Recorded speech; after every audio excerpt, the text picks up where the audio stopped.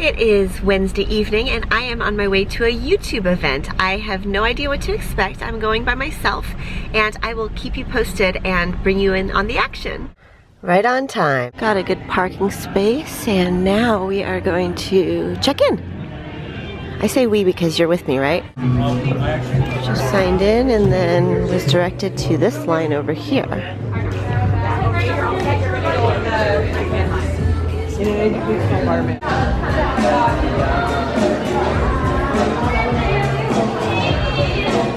I already had dinner, but I love Fresh Brothers pizza. And I've got my little glass of wine.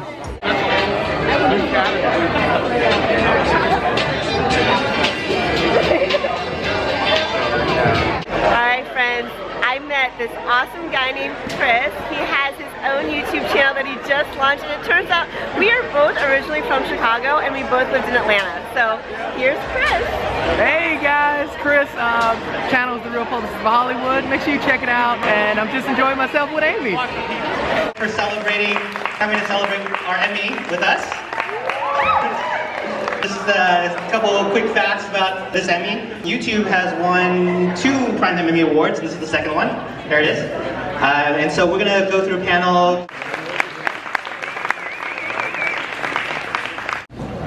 Does that make you happy? Yes. All right. We did operate like a writer's room in a sense, because we would break the story all together. We would figure out what the character arc. And here it is, the Emmy for Emma Approved. Woo! Okay, I've had a couple glasses of wine. Actually, plastic cups. Listen, look, my tattoo says we're all mad here. Oh my gosh, and I just posted that yesterday! That's so funny! That's what they call fate. That is fate. Don't It's mention kismet. Alice in Wonderland. I love it. I love it. We're gonna do a craft afternoon together with these awesome girls. Let me see your vibe. I'm here with the main man, and he's gonna show us something really special. Look at that. That belongs to him. Well done, my friend. Thank you. To the Emmy well. Okay, 3, 2, 1. I thought you had it. All right, good. Chris, did you get it? I got it. Let me see it. That is awesome. 1, 2, 3. And another one. Okay. All right. Yeah. I'd like to thank the Academy. Is that what people say? So I had a lot of fun, and that's what happens after just 2 glasses of wine or 2 plastic cups of wine. Oh my goodness. Anyway, so I'm back in the studio and I'm using these awesome Tim Holtz stencils for a spread in my traveler's notebook. I'm choosing this one, and I think it's just one of those things where I found that it's easiest to work with things that I really like. I've got my Creative Options container full of his distress inks. I do have a bunch of new colors that I need to refill, but for now I think I'm just going to stick to my favorites. I'm taking the ink blending tool and these 2 colors, which obviously I always like to use in various layouts and paper projects. This one is mustard seed, and I'm starting with it and I'm going to just dab it. I think it's easier to start with a lighter color, but I'm not really sure. I've only experimented with these hundreds of times, but I don't feel like I'm an expert at all. So if you all have any tips or tricks, please share them in the comments. This one is peacock feathers, and I could have probably taped this stencil down with washi tape, but I wanted to try to just hold it, and for some reason I didn't think of the washi tape until I was already in the middle of it. So as I'm dabbing this, I want to kind of blend them together to create green. And I'm going to lift up the stencil. Oh look, I got a little bit off the edge. It's fine, not a big deal. This side I'm actually going to try the peacock feathers first before putting down the yellow. So same thing, I'm just kind of dabbing, rubbing. This one's going back into the mustard seed. This side looks a little bit brighter. It's probably because I'm pressing a little bit more and it's just got some more ink on it. So that looks good. Now with this other stencil from the same kit, I'm using Mowed Lawn, which is the perfect name for this green. I love how clever the names are, and I think I'm just going to try and attempt to cover up that little splotch of blue. I'm really not that bothered by it. I like the artsy kind of free look, and I think that part of the reason that I've started to really creatively challenge myself is because I've allowed myself permission. Oh yeah, it doesn't look bad at all. I mean, you almost wouldn't know it was there. So I want to balance it out with some leaves on this side too. Sorry, before I was saying about permission and granting myself that permission to create more freely. Ooh, I got some ink on the table too. It's one of those things where I probably should have left or laid down a craft mat before I started this, but I didn't. So I've got these wipes and I'm just going to clean this up a little bit, and I have some spots here and there that will work. And I should probably clean my masks off too. I don't know, do you guys clean off your stencils every time? I definitely do not. I have this scrap piece of paper from my Finders Keepers collection, and I love it because it's already die cut for you. So I'm taking this camera and just trimming it down. These cards are 3 by 4 in size, which is good for project life, but it's also good for mini books, layouts, anything that you want to create. And I actually could have probably used the camera as a mask too, but I think what I want to do is mix in some washi tapes and this Instax photo.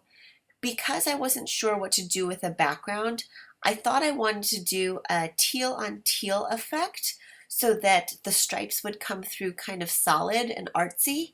And I'm just adding some ink here from the blending tool that's left over. And even though I like it, I don't think it stands out enough. So I'm going to try this craft paper, but I think the lines, horizontal lines, are too distracting. So I finally settled on this basil craft paper. It's got the little dots on it, and I'm just taking my Fiskars scissors and simply not measuring very well or accurately, but enough to cover the back and all of the camera lines. And I'm taking the closest washi tape roll and simply applying it on the back. Now I could have used a tape runner, but I think that this is sufficient enough to make sure it stays in place, and then I can add my American Crafts tape runner on the back of this to glue the whole piece down and cover up that teal in the back. Okay, that looks good. Now I'm going to use these rub-ons. It comes with 2 sheets in the package, and I'm excited to just kind of play around with it, so I've decided to just fast forward this because rub-ons are pretty simple to use. You just cut it apart, remove the backing, and take a little tool. You can take a popsicle stick. I have this little plastic stick that I'm using to apply the rub-on onto the paper, and then you remove the top part. Now I am taking the Instax photo that I printed out using my Instax Share printer. I have plenty of videos showing how that works, and I can link one below. Okay, so it looks really good, and I want to use this Hooray. And as I was inking it up, I saw that I got little marks on the edges, but instead of wiping it off, I thought it would kind of look cool if I added to it. So I just stamped it twice, and I'm going to take a little pen and add to the side markings, kind of making it look like I was shouting, hooray, hooray, because I was having a lot of fun at this event. It was so cool how Emma Approved actually won an Emmy. I think there have been only 2 or, well, definitely under 5. I can't remember exactly how many, but just a few Emmys gone to YouTube. I think there's only 2. I think this was the second one, which I think is amazing. So it was really cool being at that event, and I want to use the title with these stamps, and instead of using alphabet stickers, I'm just going to mount these acrylic stamps from Sakura Lala. They're a really good size. They were made for planners, but I'm definitely using them for all kinds of projects, and since I need the M again, I'm just going to leave it on the acrylic block and grab the little A to put next to it. And at first I think I put this upside down, but then I fixed it. Yeah, I did.